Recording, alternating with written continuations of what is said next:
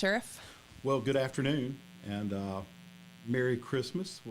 It's the Sheriff Live. So, Walton County Sheriff Mike Atkinson, along with our PIOs, Miss Lindsay Darby and Miss Corey DeBridia. And again, if you're just joining us, Walton County Sheriff Mike Atkinson.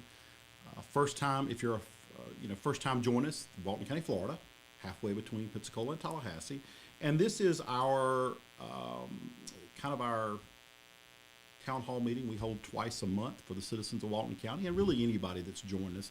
Well, we kind of say what's going on in the county, what we're up to, what things are coming, and we'll answer any questions we have. We don't guarantee that I know the answer. We guarantee we'll try and find you one.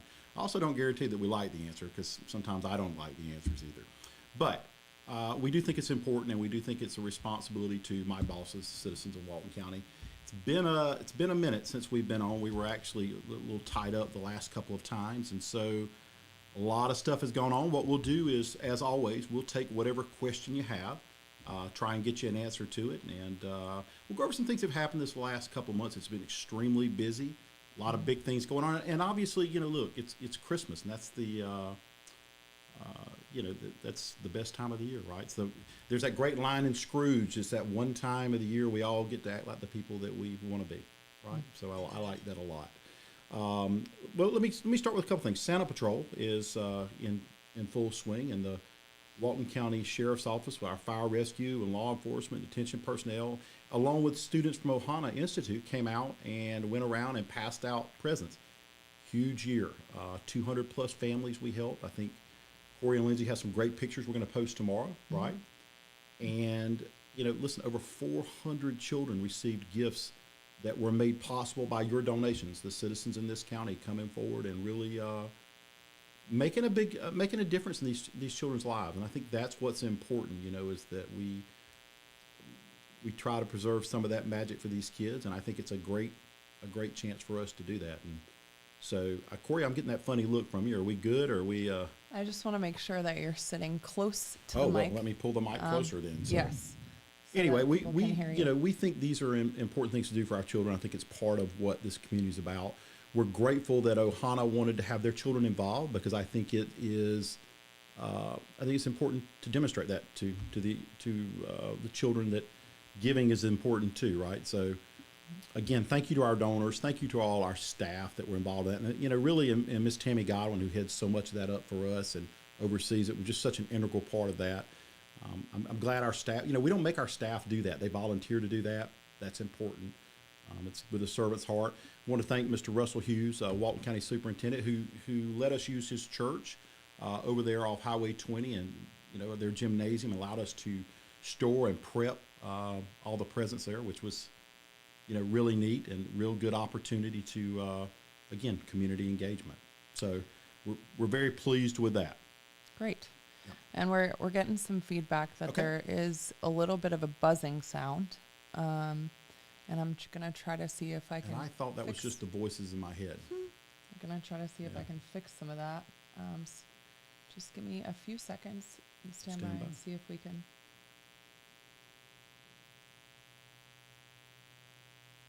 Can you still hear it? Okay. Let me see if I can turn these down.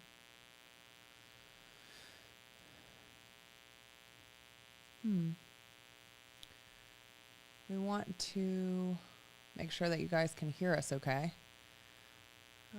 Let's see if I can restart this Rode mic really fast and see if that helps us. Stand by, everyone.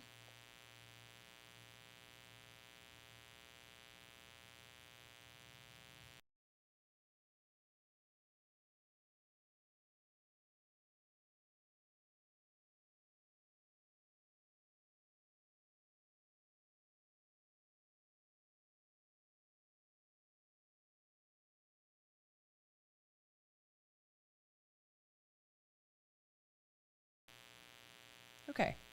We'll try it again. Yeah, let's see. We kept the stream on. I restarted our mic system over here just to see if maybe it was something going on there. No buzz. Check sound. No more buzzing. It's fine now. The buzzing is back? Well, Okay. the question is it still bad enough for us to not to continue, or do we need to kind of move forward? So, Is it pretty bad? Yeah. Okay. Okay. okay. Well, let me, Yes, we have technical difficulties. a little buzzing, but it's okay.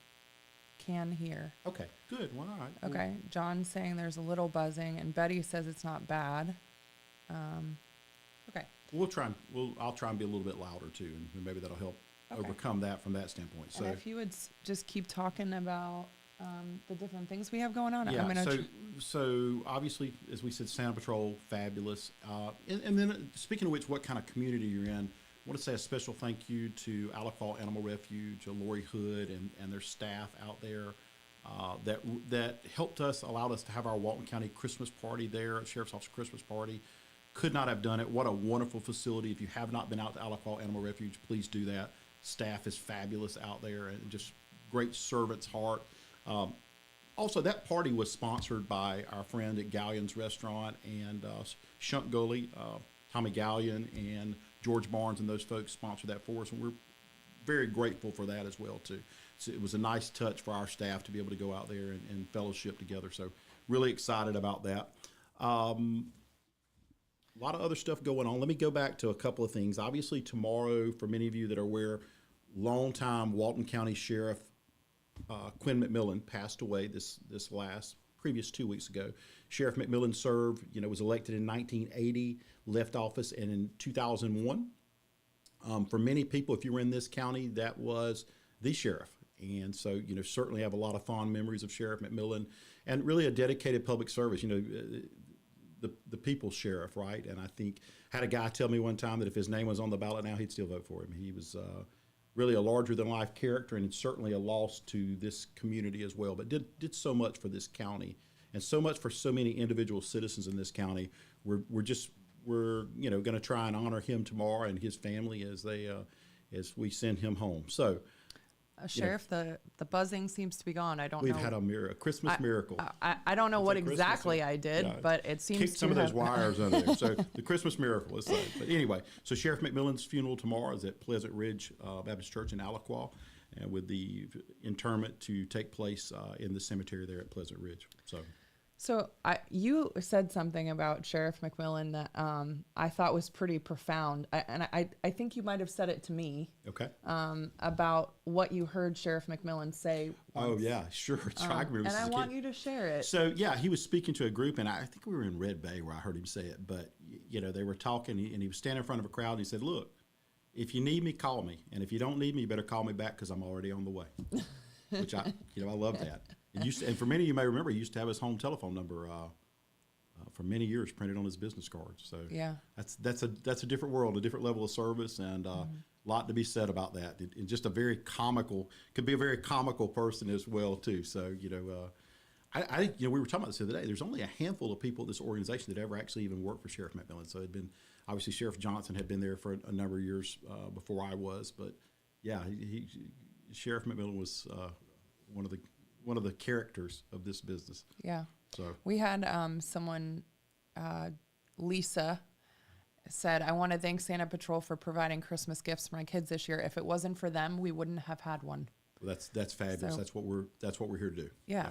And for those that don't know, Santa Patrol's been around since the 80s. Yeah, at least Danny Garner, who retired, was a sergeant from us, and I remember Eddie Ferris, who's on the city council in Freeport, and Danny Garner, who retired. Danny's actually working at code enforcement for the county now. I remember them being involved in this many years ago. Again, that was a Sheriff McMillan program. That's something that he came up with, and that administration many years ago, and we've tried to keep it going. That's the main thing, and it's bigger, but the spirit is the same, and so we're very pleased to continue that. Yeah. So. And a very big turnout this year. Yeah, 400 children that we were able to impact, and I think the last count 407. But when I left at 3:00 on Monday. And again, I'm going to go back to Superintendent Hughes and in his capacity as a pastor there, helping us out with his church, because we didn't have a facility big enough to hold all these presents for us to work and try and get everything together. So we're we're very pleased to be able to play a part back in that community. And again, I think it was great for the students that were involved, our fire rescue personnel, our deputies and detention folks, administrative staff, everybody being able to be involved. I think it's a wonderful, wonderful thing. And it's listen, it's the reason I choose to live here. I could live other places. I choose to live here. So that kind of community service. Yeah. And speaking of community service, we haven't been on since I think the first week in October. So we've had a lot going on. Sure. Since then, we've launched our online reporting system, which now makes it easy to report certain crimes. Yeah, and so you can do that when you want to do it. It's for your convenience. You can go to our website. There's a lot of things that you don't necessarily need a deputy to come to your home. It could be everything from a lost cell phone to something maybe that was stolen that was delayed a couple of days. So it's a great opportunity to increase efficiency and to provide a level of service you want. Sometimes you don't want a deputy at your house, but you need to report something. So that's okay too. We're good with that. Yeah, and if you want to come to the sheriff's office to report things, I'm segueing into our North Administrative Offices. We have a new road. Yes, and we it's do. And actually so speaking of that's actually Quinn McMillan Way, and our the BCC made the decision to do that while he was still alive about a month and a half ago, and Sheriff McMillan was able to come, which was fabulous. We didn't know at the time that timing would be what it was, but I'm glad that he got to live to see that. So that's certainly a good thing as well too. We do have a new entrance road into our building. If you come out down 1883. You'll see us. I mean, we're just Sunrise. a little farther down. Yeah, we're a little farther down than we were, about another quarter of a mile. So it just kind of changed the entrance and allowed us to secure our facility a little bit. We were having some problems, and quite frankly, had some problems for years with people coming in areas they really shouldn't have been in, and so we were able to get that taken care of. But it's a nice new entrance way, and we're glad that it was to be able to name after Sheriff McMillan. So very good with that. So the public can still access the animal shelter off Triple G Road, but they'll need to use Quinn McMillan Way to access the jail or our range for the basic and advanced firearms courses, or our main admin office. They can use Quinn McMillan Road, but you can still use Triple G if you're trying to get to the animal shelter. Yeah, and so it's and the address at the jail has changed. I mean, most people aren't really going to necessarily have to deal with that, but it's actually 10 Sheriff Circle for the main admin and 40 Sheriff Circle for the jail. So we'll help you out if you send something to 752. We'll make sure it gets to the right location, but there are new addresses there as well. So Penny Pinkham says Merry Christmas from all of us at Healing Tools for Warriors. Penny and her group dropped off some tackle boxes. For lack of a better word, that had some things in it to help families in the event that a deputy comes across them. Sure. So we appreciate you, Penny. And Fred Currid said, I wanted to say that we appreciated getting plates at the jail from the Christmas party. Amen. Yeah. Very good. So he was very appreciative of that. So we talked about online reporting system in the new public road. We're doing civilian firearms courses and advanced firearms courses next year. The reason I bring that up is because the sheriff's office actually got a grant to fund those. Yeah, and they are important. We realize that you no longer have to have a concealed weapons permit here in Florida, and we understand that. But for some people, it's about familiarity. It's about understanding the law, and I think it's a very positive thing. We still want to try and offer those classes and, to provide a service to our citizens, which we think is important, obviously, to be educated on that. And, Corey, you mentioned it's been several months, or been about a month or so since we've been back on. And unfortunately, during that time, a lot of things have happened, and certainly many of them, not only not good, but tragic. John Kasich, our longtime posse member here, passed away in a training exercise here at the sheriff's office. And John and his wife, Annie, are staples of this community. John had dedicated more than 7,000 hours to the citizens of Walton County, many of them nights, weekends, and holidays. And just can't tell you the kind of impact that he made on people's lives around here, and what a servant's heart for his community. And so our thought goes out with continue with Annie and the whole Kasich family.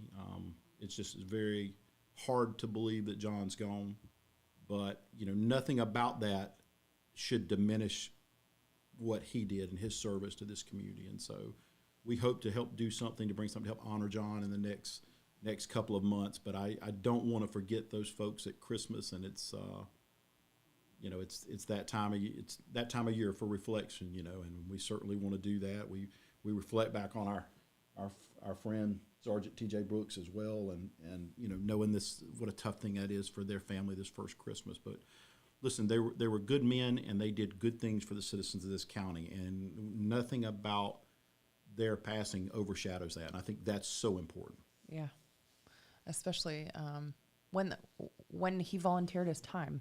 Yeah, absolutely. He volunteered. He didn't have to be here. No, John didn't have to. But he volunteered, wanted to do it, and man, just gave so much. Servant's heart. Sarah Hoffman on Facebook said the Okaloosa County Sheriff's Office has offered a cyber safety course for parents and kids back in November in conjunction with the Children's Advocacy Center. Right. She said, is this something that Walton County Sheriff's Office would consider doing? Cell phones and internet access becoming more common with our children. Yeah, no, that's a great idea. We've actually done this before a couple of years ago. It's probably time to redo that. So I will actually make a note of that. Lindsay, if you don't mind just making a note, we'll follow back up with that. But yes, it's a great thing. And Sheriff Aiden and those folks are good folks over at Okaloosa County. It's about time for us to pick that up again. So absolutely. Yeah. And I believe that we did it with Emerald Coast Children's Advocacy Center before COVID hit. Yeah, and our school resource, we also did it in the schools, just to, from a safety standpoint of the students, but really for the parents. I think Sergeant Philip Spires headed up, or Lieutenant Ben Dowdy last time. We'll go back and look about doing that again. That's a good suggestion. Thank you. Lee Herring, speak to the road closure on 30A at Deer Lake. Restaurants are hurting in Seagrove, and they're very concerned about the road closure impact on the Songwriters Festival, which has a big tourism draw. Is there any chance of having a single lane access during construction? I honestly have no idea. We're waiting to hear from the county on that as well, too. It's not something we have any say or control over. As soon as we know something, we'll obviously press the county to push that and get it out, but we're concerned about it as well, too. Yeah. Terry Smith is asking if we're still on. Lindsay, do you have good feed on your end? Yes. Okay. Yeah, we're still going. Terry may just help to refresh your screen or close out and then try to open it back up. Randy Wagoner, how do you plan to staff the 5 fire stations that will be empty if the volunteer fire districts are dissolved? I'm hearing rumors that your Red Bay station is empty at the moment and you're paying overtime to keep the Liberty station manned. Are there any truth to these things? I'm not even sure which part. We've got about 5 things. Let me just kind of walk through a couple of things. One, I don't know what the current situation is in regard to the long-term status of Liberty and Argyle. There's 2 separate issues going on here, right? Those are the result of an APAGA investigation and the way those districts are being facilitated. So that remains to be seen. There were some hearings about it. Obviously, there were some deficiencies that the state noted, and that's going to have to be addressed. No way around that.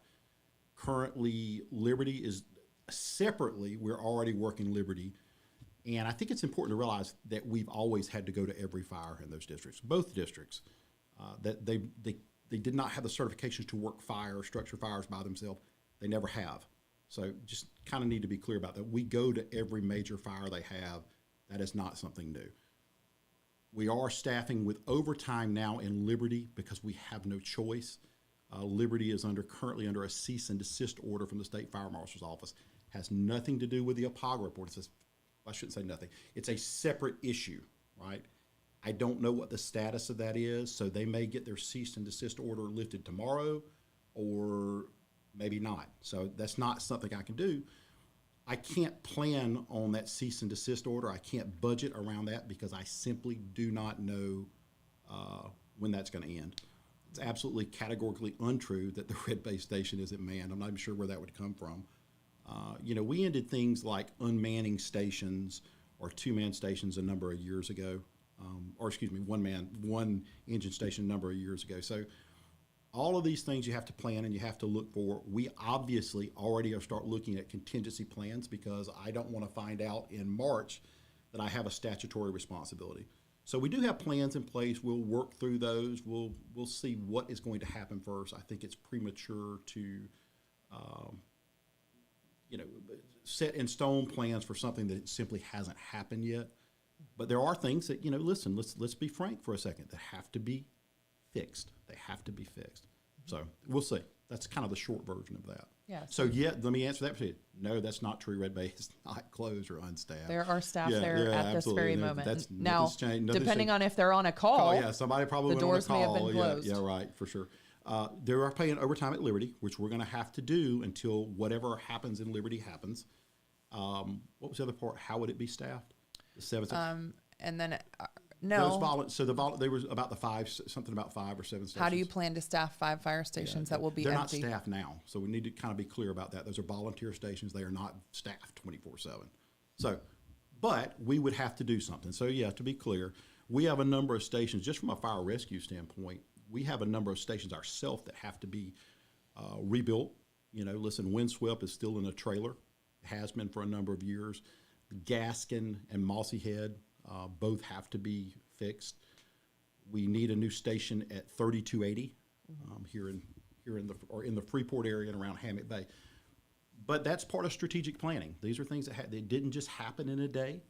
They won't just get built in a day. So you have to plan on these things. So budgetarily, we've already started making plans to try and build 2 stations a year to upgrade that until such time as they meet the appropriate. And that's just because we're growing. Yeah. Oh, absolutely. Absolutely. Absolutely.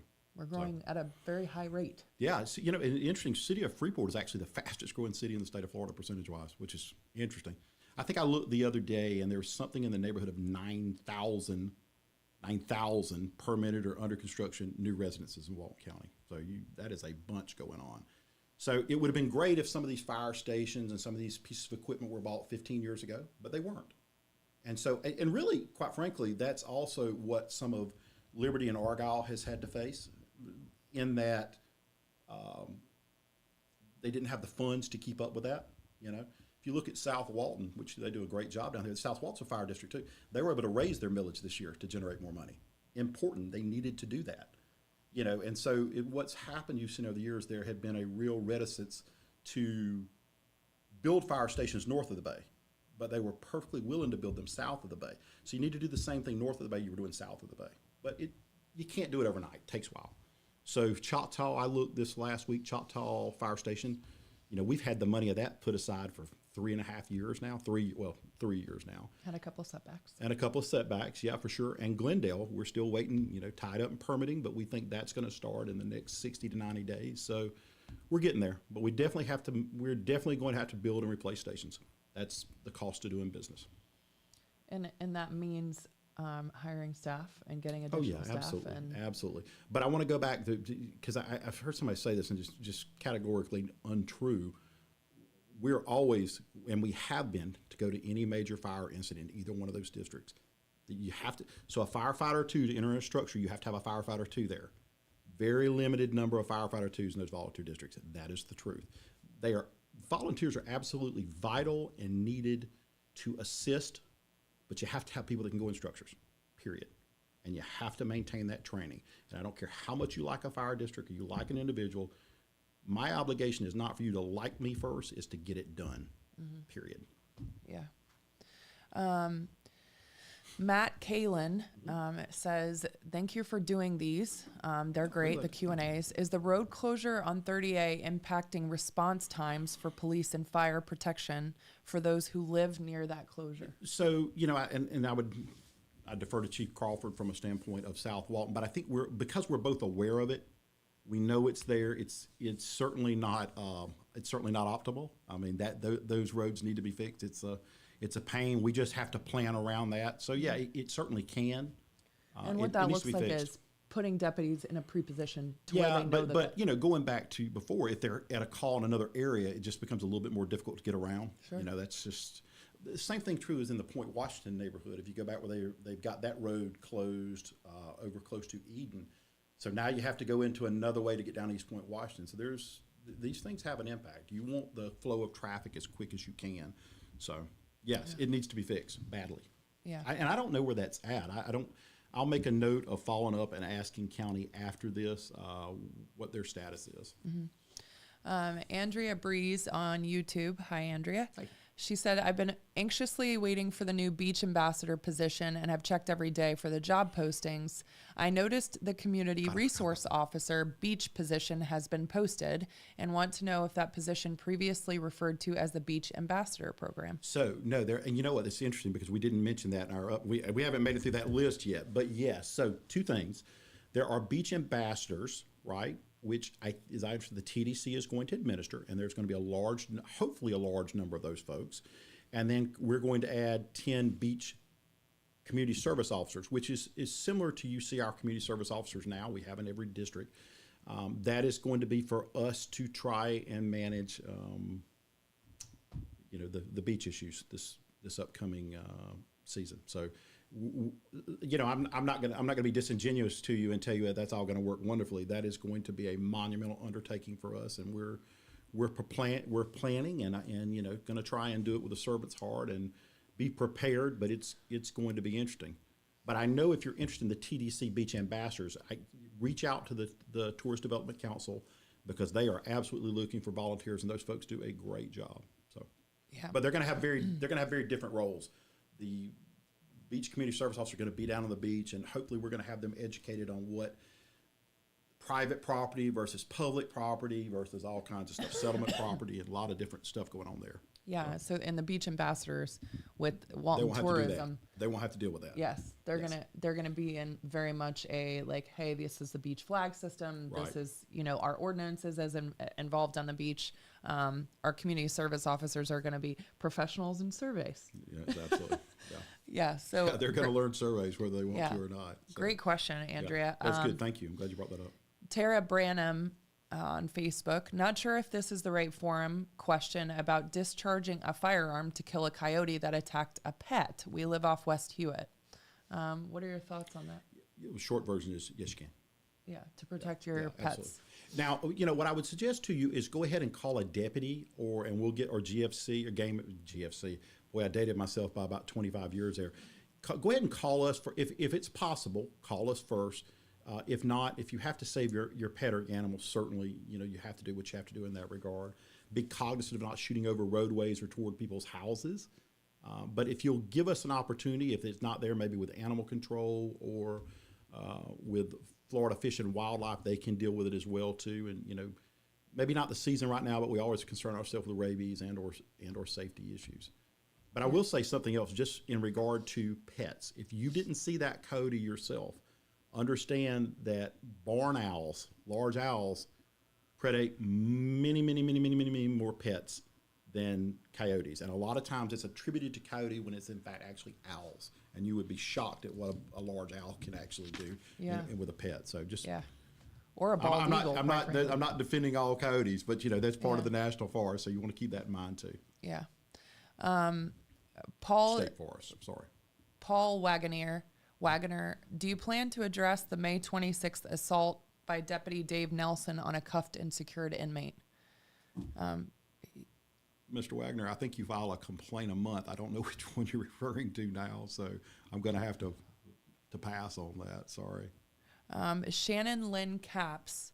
I saw the certifications from Chief Michael Day out in Argyle. You say they aren't certified. Can you clarify? Yeah, so just back up real quick. So there's multiple levels of certification. You have a firefighter 1, which is required to be a volunteer, and you can have a firefighter 2. So to do certain things like to enter into a house fire, to put out a fire, you can't go as a firefighter 1 by yourself. You have to have a firefighter 2, right? Mm-hmm. And they have to be on scene to do that. So a lot of these things have to be with what level of certifications you have. You also have to be current, right? And so in other words, if you were a volunteer 5 years ago, 10 years ago, but you're keeping them on the books, they're not really working, right? So you got to make sure you do that too. What I would say, and what we've actually suggested for a number of years, is that let someone help you coordinate your training, make sure that you have the appropriate training, make sure that you can do that. So because there's a safety issue involved here. You want to make sure your people are safe, they're taken care of, and they meet state standards, bottom line. So yeah, you can't, if you're a firefighter 1, you can't go by yourself and fight a fire in a house or go into the house unless somebody has a higher level of certification. And again, because you volunteered 3 years ago, 4 years, or 5 years ago, doesn't mean you're actually current. You got to have somebody doing that now. Yeah. It's a safety issue. It's for the safety of the firefighters and the people they're serving. So, Randy Wagoner has a follow-up. How are you planning to provide the response time that Liberty and Argyle currently provide? So just to be clear, we're actually already doing that in the Liberty. So we're already doing that.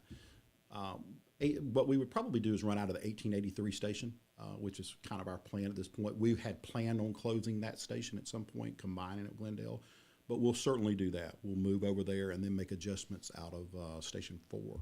So they'll put together an operational plan and make sure that that's you got to realize that those folks can't even administer medical aid. We're already doing that. So those folks are not EMT or paramedics. They are first responders, right? Which is the same thing a deputy sheriff is. So if you need, for instance, a medical help, they can't provide any more medical help than a deputy can. So we provide all the medical already. So we're running to those calls already. It will be a little bit of a strain, but that's what you got to do. Preston Prater is saying that that's an untrue statement, that Argyle has ample fire certified personnel. Most of the personnel responding to calls in Argyle are fire and EMS certified. Okay. Well, Mr. Prater, we're going to have to agree to disagree. That was reviewed today, so not sure what to say about that. Christine Bacon, we had a situation where people were using the ADA parking for an event. One of the representatives stated, "This is private property and we don't have to follow that. Some deputies will not enforce this federal law. Can you please explain this federal law to your staff?" Sure. Yeah, I absolutely will, because if it's open to the public, you're required to have that parking, so that makes it citable for sure. Okay. Tanya Amnovich, can we please get a patrol presence on 285 and 90 in Mossy Head? In addition to the excessive unsafe driving, obstructing the flow of traffic, passing and no passing zones, excessive speeding, there are people camping out on the side of the road at the bottom of the I-10 exit. In the last 2 years, it's gotten exponentially worse. She's talking about Love's, essentially, over there? Yes. Okay. Yes. Yeah, your district lieutenant, James Pittman, what I'm going to do is follow up when we get off here and make sure that he reaches out and says about what needs to be done to correct that. That camping out is a concerning to us, too. Obviously, it's for the safety of the people there as well, but that needs to be handled. Yeah. And what I've learned recently, we got a public record request for traffic stops for our traffic unit. And what we're doing now is going to 4 traffic units and 1 assigned to each district. Correct. So you won't have 2 traffic units, let's just say on the south end on Highway 98. There will be 1 in each district of our county. Well, you'll still have 2. You still have some that are already previously, because they're paid through TDC funds, that will be in the south end that have to be there. But the other ones, now we've got that where we're going to have strictly a traffic unit with the other districts, which I think is important. Yeah, for sure. So you'll have someone designated to do traffic up in Defuniak, and then you'll have one in Freeport as well. Right, so right. I thought that was really cool. Lisa, would you guys consider fire safety training and gun safety for children, providing any type of situation that should occur? You know, well, that's a good question. And I think what I would have to do is get with the fire staff and the LEO staff and figure out what is age appropriate. A lot of it would have to be what's age appropriate. That's not a bad idea. But I think we used to do a gun safety class that we actually did, was actually conducted in the high schools at one point. So I'm not sure what age range you're talking about. If you'll pardon the pun, if you'll shoot us an email and let us know what you're thinking about, we'll see what we can do to craft something. I think that's appropriate, and I think our SRDs could help with that, and certainly the fire rescue staff could as well too. Okay. Shannon Lynn Caps, are you saying, or she's asking, they have better response times about Argyle and Liberty? No, that's not what I was saying. Okay. Christine Bacon, can you place a substation at the corner of 83A West and 20? It's an optimal location. I'm not 83A West and 20 on the. I understand what she's saying now. Yeah, okay. I understand what she's saying. A little farther down, just outside of Freeport. Yeah, and Christine, I'm not sure if you know, we do have a Freeport substation in the strip mall at Highway 20 and 331. It's on the southwest corner of that intersection in that long strip mall at the end. We do have an office there. Meadows Falconberry. When responding to a vehicular accident, do responding Walton County deputies determine fault? Recently, a family member was hit by another driver, and even after the other driver stated it was their fault, there was no one assigned at fault in the report. Luckily, the at-fault driver was honest with their insurance company and admitted fault. Otherwise, the family member's insurance would have had to pay. Sure. So actually, the insurance companies typically decide the fault, believe it or not. I mean, even if we cite, they can determine levels of fault in an accident. So normally we try, if we can, to determine who's at fault. But I have to say, it's kind of interesting, but I have seen insurance companies say, no, we think someone else, the other driver, is more at fault, or maybe 80% of fault as opposed to 20% at fault. So that really has to do with what the insurance says. Sometimes we don't cite for different reasons. It may be they ask not to cite. It may be, maybe the aged, the driver says, hey, look, don't want them cited. Their insurance is taking care of it. So it kind of really just depends on the circumstances. But normally, yes, we try to assign fault. Okay. Sorry, there's a lot of people are focusing on the volunteer districts right now. There's a question saying, so they're asking if there are no firefighter 2s at those districts currently. I think there's one or two in Argyle. I don't know the number. One or two in Argyle. That was part of the problem. I think they didn't provide the list of the state of Florida when they were asked. That was kind of, I mean, listen, guys, you can read this report online. It's not the sheriff's office report. The state came in and do 2 separate investigations on Liberty and Argyle and found deficiencies in these areas. Bottom line. You can see them discuss their deficiencies in the Florida OPAGA, the legislature. That was done a couple of weeks ago. You got to meet certain standards. This is people's lives. This is people's lives at stake. So, help them get to their standards if that's what needs to happen. I will tell you, for a number of years, the sheriff's office has offered repeatedly to assist. That's up to those districts to decide. Is again, Liberty's situation right now, they are under a cease and desist. They may have that corrected tomorrow, but they're not today. So how you feel about it's really not relevant. It's whether or not you can solve the problem. So that's what we got to do. The problem's got to get solved. That's not just to be clear, that's not a Board of County Commissioners issue. It's not a sheriff's office issue, other than we have to deal with the response. You have to meet certain standards. Ted Brown is asking when the governor is going to dissolve Argyle and Liberty before someone gets hurt. I don't know they are. I don't think so the legislature will have to decide how they want to handle it. And that's the question moving forward, right? It isn't a sheriff's office issue, aside from the fact that we have to man Liberty.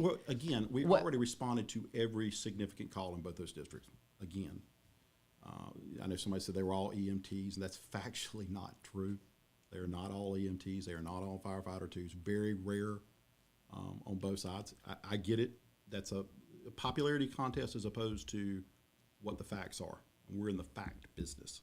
So what the legislature will have to make a decision. And what does that look like? During this session, they will decide based on the APAGA, which is the Office of Government Policy Accountability Studies, whether or not they should be disbanded. Doesn't matter what Mike Atkinson says. Doesn't matter what the BCC says. They're going to say, do they meet these standards? Just that simple. And if they don't, they would pass a bill. And they can do a couple of things, by the way. They could put them on a probation and say, you need to do X, Y, Z. But there's no way that this ends that they leave them without oversight. I don't see any way this ends without oversight or disillusionment, but not my call. Yeah. So. Okay. And just to clarify some things of what you're saying, we're not saying that necessarily, like, they do respond. They go to calls. Yeah, absolutely. In Liberty, previous to the cease and desist, which they cannot go to calls at this moment in time. Even though they're first to arrive, many times it means you can't do certain things. Correct. Until so if an additional a agency burning gets house, if you're a firefighter 1 to go in fire, you can't go in. It's not Mike saying. And if it's a medical call, it's a medical call, they can't offer any more assistance than a deputy can, because the EMT and paramedics are at Walton County Fire Rescue. Okay. Jordan Trosclair, he has a great question. Okay, go ahead. Have you considered deputies on motorcycle for 30A corridor. It seems to be great for patrolling for speed and great maneuverability. Yeah, we've actually looked at it a couple of times. We had a little bit of a lack of interest the last time we looked at it. So, I don't know that we'll try again probably in a couple of years, but a lot of it has to do whether or not you have now that we have the traffic units in place, that's certainly a possibility. But yeah, we probably looked at it twice in the last 10 years and just ended up not pulling the trigger on it. Yeah.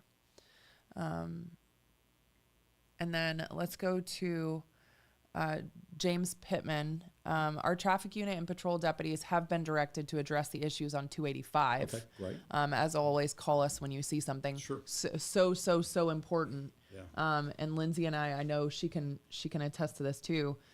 Her and I are on social, and there's so many channels, right? We have email, we've got the app, we've got all of our social media channels, all of those messages, notifications. Right. It's imperative that if you see a crime happening or if you see criminal behavior, that you call. Because absolutely. First of all, probably got to call us then, because otherwise it's harder to deal with, 4 or 5 hours later. So the sooner you call, the better it is. It allows us to at least track it, be aware of it, trying to get out there as fast as possible. Yeah, and talk about how important it is for deputies to lay eyes on some of this stuff. Yeah, they need to see for themselves. Some of it required by law for them to actually see to take action. But to understand the scope of the problem, we need to have a record of it. Yeah, for sure. So don't be afraid to call us. That's what we're here absolutely. for. Ted Brown is asking what the status of the plastic white PVC chains illegally erected on the public right-of-way on Scenic Gulf are. What is the status of that? Man, we took about a year break on that question. We did. Yeah, no, Ted all is joking back, aside, and he wants to know. Code, that's a great question. I have not, to be honest with you, Mr. Brown, I need to follow up with code. I don't know the answer to that. We do need to figure out, because that comes up about oh gosh, it's been a minute, but they were supposed to have addressed that, and whether they find them or not, I'm not sure. And he's talking about on Scenic Gulf Drive. Yeah, no, I know exactly what you're talking. I mean, I know where it used to be, but I don't know. I actually don't know if that's been addressed, but I will get you an answer to that. Yes. Yeah. Marilyn Willott, so traffic unit in Freeport will go how far? So Marilyn, we have District 1, which covers Mossy Head, Defuniak, Paxton, Ponce de Leon. District 2 will be Choctaw Beach, Freeport, Bruce, portions of Red Bay and Ponce de Leon. So kind of Highway 20 corridor. Yes. From county line to county line. So you will have a traffic unit assigned to that. South of the bridge. Yeah. North of Rock Hill. Or I said that backwards. Yeah. North of the bridge, south of Rock Hill. Yeah. Up and down 20. Yeah. Great. And sorry, I'm trying to track questions. There's a lot of conversations happening. Great. Jordan asked his question again. Sorry guys, I'm catching up on everybody. Sorry.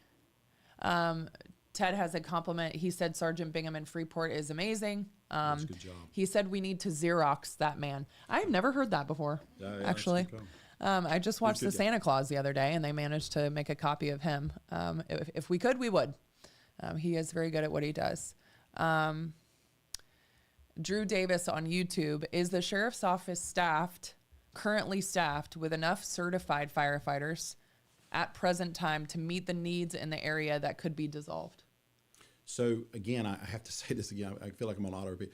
We're actually already doing that. We're already responding to those major calls. Now, the question is, the second part of that, would we want to hire additional staff? Yeah, I think so. I think ultimately you would want to do that, because those areas that you're talking about are not staffed. When you're saying they're staffed, they are not staffed 24/7. That's not accurate. They're not in those fire stations with crews responding 24/7, and they have never been. So we're already doing that response out there now. I do think that I would want to see them staffed 24/7 currently, like the Walton County Fire Rescue stations are staffed. So yes, ultimately I think they need to be staffed that way. Mm-hmm. So, and you can listen, it's not fair. It wouldn't, I gotta be careful how I say this, because it wouldn't be fair to the volunteers to say somebody's got to be there 24/7 in a firehouse. But that, if you're saying that they were staffed, they were not staffed like that. So I think they need to be staffed like that. I think if you live in Liberty or Argyle, you're entitled to that. But keep in mind, again, every medical call already and every structure fire already, we're already responded to and have for a number of years. Morgan Lee is asking, does the sheriff's office accept personal medicinal bottles for disposing as well as unused medications? Yes, ma'am, we do. We have boxes at our station, red box when you come in. You can turn it in and we'll get it disposed of properly so it's not dumped in the water system. That's a good question, by the way. We get a lot of that, a lot of pills and stuff like that. Yeah, and so they're unused medications. Those drop-offs are at the North End administrative offices on Quinn McMillan, which is Sheriff Circle now, where when you pull into the office, and at our South administration building on 331 and 98. So they're bright red. Yeah, so you can't miss them when you come in. They just don't do sharps. You can't drop off sharps in those, but any unused medications that you want. So we have, another comment about volunteers' homes being right next door, so that they can still get there and regardless. Listen, there's nothing wrong. I need to be clear. There's nothing wrong about loving volunteers and the time and effort they put in. Nothing should diminish that. Nothing should be diminished about. Just about what level of service, and you got to meet certain standards. If you're going to drive a fire rescue vehicle, for instance, do you want somebody driving in their personal car? I mean, I think that's a little more dangerous. This is to have multiple people driving 100 miles an hour. I don't know if your tires in your car are bald, quite frankly. So, anybody that says that's being disingenuous. Anybody says that that's safer for the public for six volunteers to drive in their own private vehicles and unexamined vehicles by putting red lights on. If you think that's safer, the only person you're fooling is yourself. I'm sorry. It is safer and more professional to have staffed firefighters. Bottom line. You may not like that, but don't be dishonest with yourself about what's better for the people of those districts. Now, if you don't like that, then meet the standards, raise yourself to the standards, and get it done. Don't complain because you can't get it done. Get it done. Suzanne Godden is asking, when are we going to get shelters here to help the ones that are homeless and sleeping under bridges? A domestic violence shelter in our town for the ones that need it. Yeah, so we have a couple things going on. We're currently doing essentially a census, a population count of anybody that we believe to be homeless or home challenged, because there are some people that are homeless in that they bounce from couch to couch, right?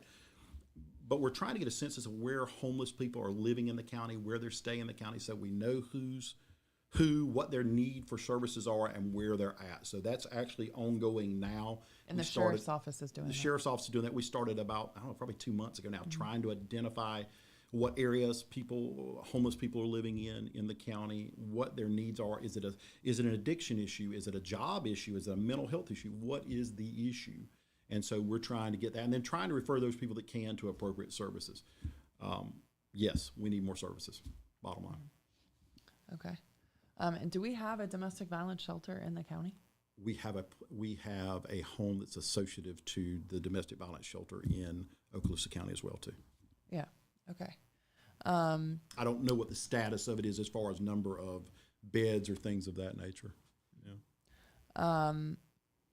Ted Brown, how many volunteers does Walton County Fire Rescue have currently? No idea. When I volunteered, there were several in districts 8 and 3 and 11. Have volunteers been eliminated? I have, to be off the top of my head, I don't know what the number is, but I think there's a place for the volunteers. And what we would say, if these districts are disbanded, what we would say is we want those volunteers if you agree to meet certain standards. So in other words, if you're a firefighter 1, right, we absolutely could use you. We can use, there's certain things they can do. We just have to make sure that you're operating in the capacity that your certification allows. That's really kind of the main thing with that. Okay. It's kind of the parable of talent. Wherever your talent is, then that's where we want to use you. But I can't let you put somebody else in danger over your ego so that you can say you're doing something. Mm-hmm. Just not going to allow it. I don't care whether people like that or not. You're going to do the right thing. When it comes to public safety, there's a lot of things I'll equivocate on. The safety and well-being of people is not one of them. So talk a little bit about the plan on our side. I know we don't know exactly what's going to happen, but what does that preparation look like? The APAGA report is public. It is what the it is. cease and desist order is in place. So what is the plan? What's our plan moving forward? Do we have a plan? Yeah. So we already have a plan in place. We have to be preparing for these kind of things in case this comes to fruition. Since we were already answering the calls, we know what the volume of calls look like. We know where that's at, what that stands, where that stands, and we know, we can anticipate what they're looking at in the future. But there are some things that obviously would require some changes, some additional assistance and more training and things of that nature. So we have to kind of walk through that now, see what it looks like. If it doesn't come to fruition, if the state says, no, we're going to give them an opportunity to meet standards. And I think one of the things you hear the emotion for some people calling and saying, we're doing this, we're doing this, we're doing this. I'm not the one that said that. It's the state of Florida when they examined it. You're not meeting the standards, and there's just no way around that.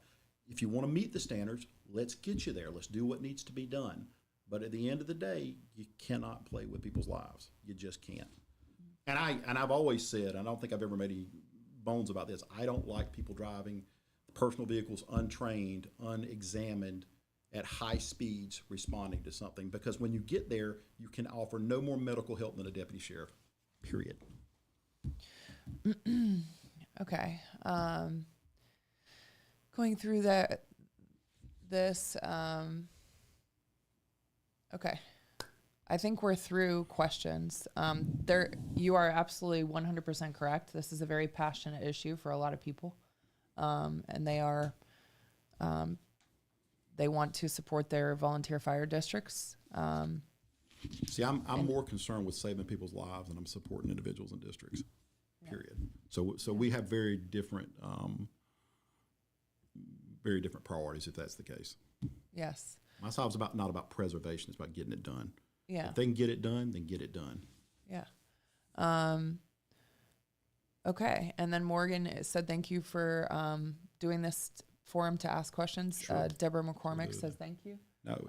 Art in the Park. We had a great event with that too. Want to make sure that we didn't walk off and forget that. Yeah. So I want to talk about Art in the Park for a minute. Yeah, go ahead. Because we've done that. So this last event at the skate park at Helen McCall, that was actually the second Art in the Park event there. We did an original mural with students from South Walton and some of the high schools. And I asked Lieutenant Wendell about this because we've done We Care Park. We've done several parks in Walton County where we've gone in and put up these beautiful murals and worked with high school students. We have not had a single criminal mischief or tagging since these Art in the Park events. Yeah. And I think that that's really cool. So originally the idea was if we put up these murals, maybe it will deter tagging and graffiti. Given a place to express your artistic endeavors. I mean, that was kind of the idea. And this is, Lieutenant Wendell's brainchild. Lieutenant Mark Wendell's has done just a fabulous job with this. We'd like to see it expanded, obviously. I mean, it just people volunteering, assisting getting this done, but really super cool project. It's a really fun project. And the Skate to Create, the walls that were built, that was a community project. Board of County Commissioners, Walton Recreation, and the Cultural Arts Alliance really made that come alive, along with several private businesses who built that wall for free. And I just think that it's a cool way to look at crime reduction when you see a problem. Absolutely. And it's the broken window panes theory of law enforcement, right? Yeah. So, and explain that to people. So, I mean, the idea behind it is if you see a problem and you don't address it, and it can be a really small problem, like a broken window. If you don't fix the broken window, pretty soon you're going to have two broken windows. And then you're going to have trash on the ground. And where there's trash on the ground, then cars up on blocks, whatever. It compounds, because if you don't care, then it doesn't matter. And if it doesn't matter, then nobody cares. So you start having more and more problems. Yeah. So addressing the small things like graffiti or litter and things of that nature can help prevent the big things. Yeah. Kind of the idea behind it. Yeah. And speaking of crime prevention, since we haven't done a Q&A since October, in November we had an active shooter exercise at South Walton High School. And that was in partnership with South Walton Fire, Walton County School District, our agencies, Walton County Emergency Management. We had a bunch of people from Bay County come over and help us with that. Talk about, and there's mixed feelings about active shooter exercises, right? It's a shame that you have to do it, right? I mean, it's the sadness that you have to do it. However, we have the responsibility to prepare. to the best of our abilities, we have to prepare and look at ways to make our children safe, just like you do every other drill. I mean, these are the things that this is the world we live in, and we can't stick our head in the sand and pretend like it doesn't matter. We have to prepare for this. And I think, when we talked to Charlie Morris and those folks and Superintendent Hughes and the principal, in this case was Principal Tibbetts, we try very hard to look and we try and break it there. We try to make mistakes there so that we can learn from them and be better at the way we do business. But that's our number one priority, right? Our purpose is to protect the vulnerable. That's it. Yeah. Stephen Menschel, hi, Stephen. He says, good evening.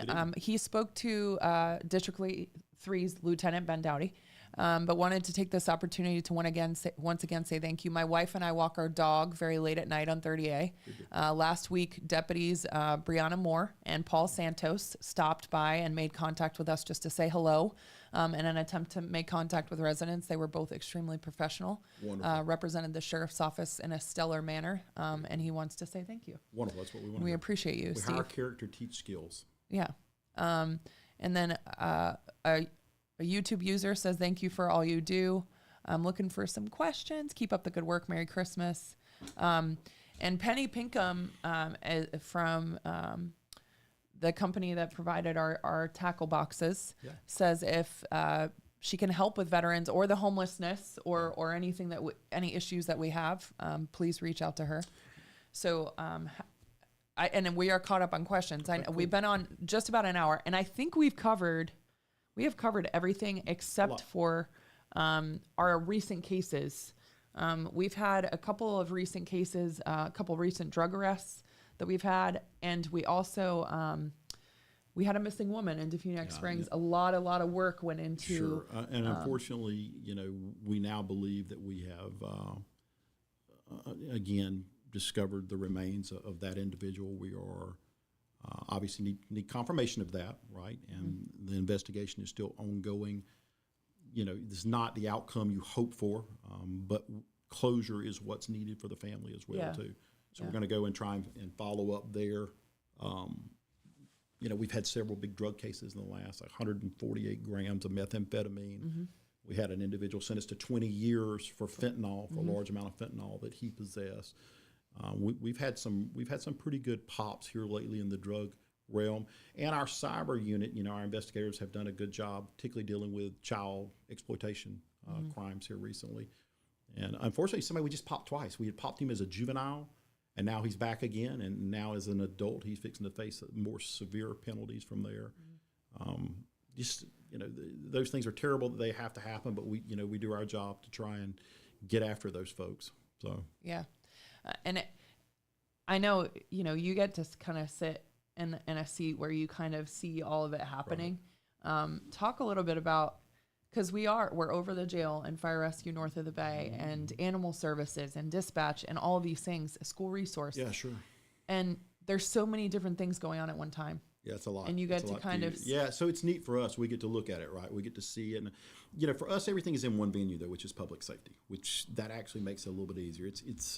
I'm always sympathetic to the Board of County Commissioners for what some of the stuff they have to do because they have building roads and zoning ordinance and things like that. It's a little bit different venues.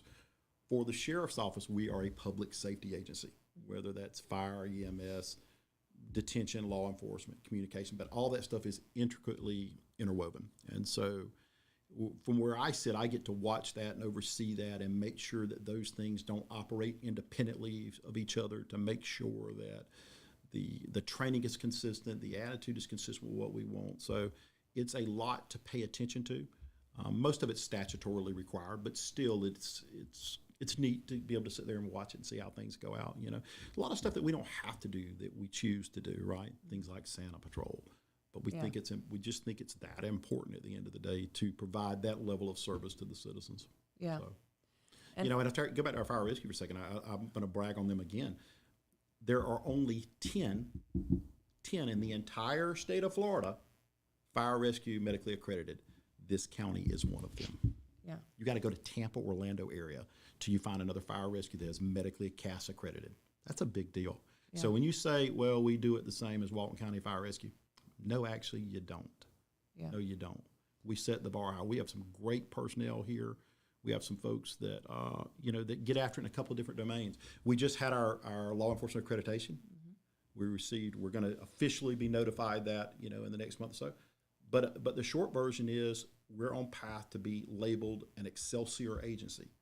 There's not a handful of agencies in the state of Florida from a law enforcement policing standpoint that have achieved that level of accountability, transparency, and accreditation.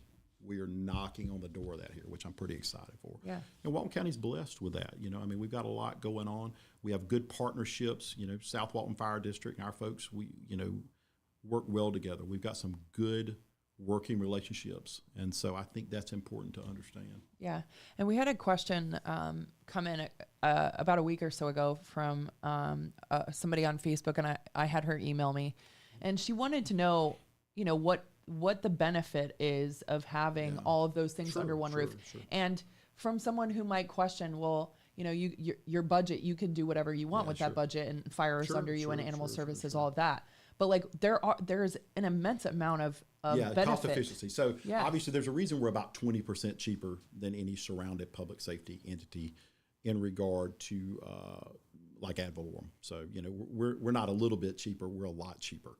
But quite frankly, I would argue if it was more expensive, it doesn't matter to me if it's the right thing to do. But we are, in fact, quite a bit more cost effective.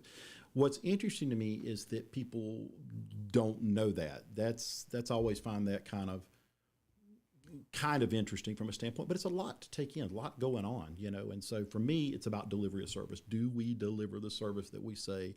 Do we deliver the service you're paying for? And if the answer to that is yes, then we're doing what we need to do. Yeah. A lot of things going on, but we talk about things like building substations or fire stations or buying fire trucks. These are multi-million-dollar projects every time you do it. And I think the last time I looked, there were something like 6 facilities on the board that needed to be built. Big business. And a radio system, I think whether you're Walton County Fire Rescue, whether you're the jail, the sheriff's office, Defuniak Springs PD, or South Walton Fire District, there's nobody that doesn't know that this radio system is antiquated. And so we're in the process of fixing that, but it's not cheap. It's not cheap, but it's got to be done, and it's got to be done correctly. Yeah. So, Marcia on YouTube said, for those who live in Walton County, you're lucky to have this format to ask questions and receive information. Yeah, we try to answer all the questions we can, and I tell people all the time, I can't guarantee that I'm going to give you an answer you like, but I try very hard to give you the best answer I can, the fullest answer I can. And that's one of the things that we see a lot. I see this a lot in a lot of different venues. When somebody will tell you part of the truth, right? They'll say something, but they won't put it in context of what the facts are. And the facts matter. So, invariably we'll get off this and somebody say, well, no, this, and this. And they won't give you all the facts. Or they'll give you the facts that support whatever their position is. I'm not in that business. I'm in the business to give you all the facts I can in the context I can. Now, quite often I may not know, sometimes I don't know, and we have to go look things up or find things out. But I don't have a whole lot of patience when it comes to endangering people's lives. If you want to question certain things, I think that's great. And I think that's part of transparency. It's kind of why we do this. But it is super important that you have a standard or level of expectation of services. And so I like doing this because I think it is important. Shannon Lynn Capps is asking when the last time the radio or communication system was updated, or when was the last time it was budgeted? So, give or take, 2007, I think, is when it was done. So it has been, actually, it was probably done in 2006, because it was done before I came into office. And at the time, the analysis said that Walton County needed, I think, 13 or 14 towers. We built 3. And so guess what? It hasn't worked to the standard it was supposed to work. And that's, we can all throw stones at the past, or we can figure out how to solve the problem. And now we need to solve the problem. There should be about 18 towers. I think the analysis has said something like that. They're all out for review now. But, it doesn't matter what entity you work with, you've got to have those towers. You absolutely have to have these towers. Yeah. And quite frankly, if you don't, if we didn't address it, we could end up in a situation like Liberty and Argyle's in, where the state comes in and says, no, you have a responsibility. You've got to do certain things. Yeah. And, but I feel like we're going to do something that matters, that's going to last the county for a number of years. and plan for growth. So yeah, it's interesting. Yeah. That's probably 2000. I mean, I'm sitting here thinking it's probably 2005. So almost 20 years. Yeah. Somebody had a question. Eric Johnson on YouTube is asking what the status of the office and halfway house that was going on Mallet Bayou Road off 331. I don't know the answer to that. I had heard that discussion about a halfway house, but I do not know. I apologize. I'm not sure exactly what's going on with that. Okay. And there was somebody else had. I'm not actually sure who was doing that, but I know that was being worked on. Oh yeah, okay, I see it. Marilyn wants to know who's responsible for do not enter and exit only signs. I've almost been hit both ways because people don't read, and I think it depends. Depending on the roadway, it's probably Walton County Public Works. Sure. What if it's like a private drive or like a private? Then that's the responsibility of the private individuals.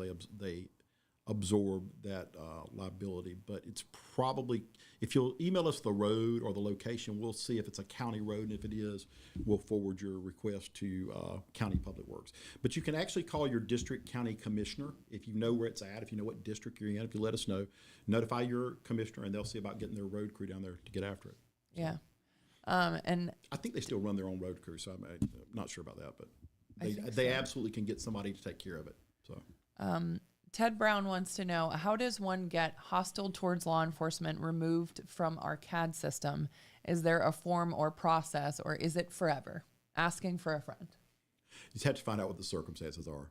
So if you threaten to shoot me, it's probably there forever. If it's not, it may be if you're just having a bad day. We have to look at, you can always appeal anything like that. So if you have a request, send an email, request an appeal. Typically in a district lieutenant, we could come out and talk to you about it and figure out what the circumstances were.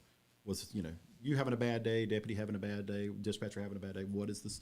What are the circumstances that led to that? And I'm sure, Ted, Sergeant Bingham would be happy. Actually, your sergeant could probably Sergeant Bingham could probably point you in the right direction for that too. Yeah. Everything is subject to review. Yeah. Suzanne said, why is Hope House no longer open by the lake yard? Could that be used as a shelter to ones who need a place? I honestly, I have to tell you, I don't know the answer to that, but that's a great thing. I will tell you, we actually recently got a grant to establish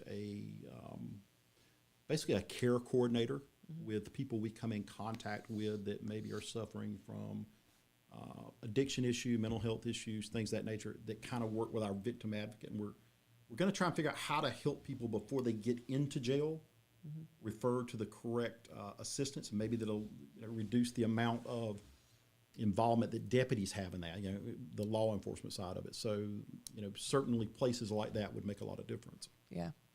Morgan on X says, not a question, but we love you. Well, thank you so much. And yeah, Marilyn's question about the street signs, who's responsible for those. And I wonder if some of the time, like depending on what the street sign is, if it's green, it's county, right? Right. It's a county Blue, maintained road. Private. Blue, it's a private road. It just kind of depends on, and then you've got brown ones, I guess, right? Which can be historic and city. Right. Or in a park, a state park. Okay. But yeah. And we are caught up. I think we've gone through everything in our talking points. We did have a lot of questions. Yeah, we had a lot. I mean, we had a lot of talking points too. Yeah. What are some of the things, right around Christmas time? I always bring up holiday home checks. I know dispatch is cringing right now. So it's important because a couple things. If you're going to be away from your home over the holidays, let us know. Reach out. You can schedule a holiday home check. It just helps us to kind of make sure that nobody's an unwanted guest at your home or stopping by or some version of that. Also, watch your packages. It's porch pirate season as well too, and these folks, try to steal stuff off packages off the porch. So just be aware of that. Don't let that sit out too long if you can help that. Also, from the fire side, we want to caution you with space heaters. This time of year, it's always between that and Christmas lights, we always get a little worried about that. We've had 5 fires. Walton County Fire Rescue dealt with 5 fires since the beginning of December. Since the beginning of December, 5 structure fires, and that's something that can lead losing a home right here at Christmas, and God forbid someone's life as well too. That's a big deal, and so we want to make sure that be cognizant of those space heaters. Also, carbon monoxide poisoning. Check your what am I trying to say? Detector. Fire alarm. Your detector. Yes, your fire detector alarm. Check your batteries. If you can't reach it or there's a problem, maybe your health won't allow you to do that. If you call Walton County Sheriff's Office or our fire rescue, we'll send somebody out there to check it for you to help you. So we certainly want to, don't let that be the reason. If maybe you're unsteady on your feet and you can't get up there and check it, if you'll call us, we'll send somebody out there to do that and to try and help you out with that. One of our fire guys or young ladies, the situation may be. Yeah. Alan Schnitzer had a great question. Okay. Lindsay jumped on there and answered him. He said, I have a special needs son, and I know you mentioned it on a different live, but forgot about it. How do I register our address? Yeah, so Handle with Care. We talk about this a little bit. Handle with Care is a program at the Sheriff's Office so that if you have someone in your family that maybe is facing some challenges, special needs, or that interaction with deputies could cause an emotional duress, then, if you'll let us know, you don't have to tell us anything you don't want to tell us, but if you'll let us know, we'll get you registered in the program. We'll give you a sticker to put on your vehicle. That way, as a deputy approaches the car, they know, hey, look, that maybe this child is neurodivergent, whatever the situation may be. It just allows us to give you a better interaction with our deputies or our firefighters and or South Walton or whatever, the Defuniak Springs PD. It doesn't matter. It just is all about really customizing that level of service, making sure your child or your brother or cousin or sister, aunt, whatever situation is better looked after, right? Maybe some dementia patient, somebody, maybe they're non-ambulatory, they can't get up, they've got an issue, maybe they're wheelchair bound, whatever situation may be, we share that information across the other agencies in the county. And so, listen, I think it's a great thing. I think it's a good program. We want as many people to participate as possible. So if you have somebody there, reach out to our website, get in contact and let us know, and we'll try and get you registered. Yeah. Yeah, it's a great program. Thank you for asking, bringing that up. It's a good time of year for that too.